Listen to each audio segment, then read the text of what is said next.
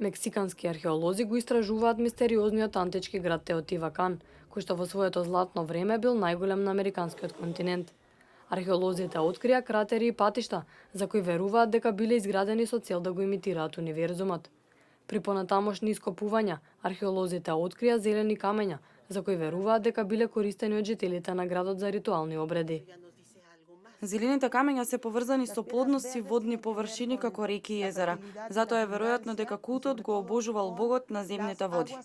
Истражувајќи го потеклото на ритуалот кој се изведувал на пирамидата на месечината во Мексико, археолозите се обидуваат да откријат што се крие во подрумот на градбата. Ова му дава ново значење на локалитетот. Можеме да забележиме дека култот е поврзан со боговите, но и со подземјето. И покрај тоа што овој локалитет е еден од најпосетените туристички дестинации во Мексико, Теотивакан е толку мистериозен што се уште не се знае кои биле неговите жители. Познато е дека античкиот град бил дел од цивилизацијата на маите. Неговите жители, кои го напуштиле градот пред доаѓањето на ацтеките во 14 век, не оставиле никакви записи.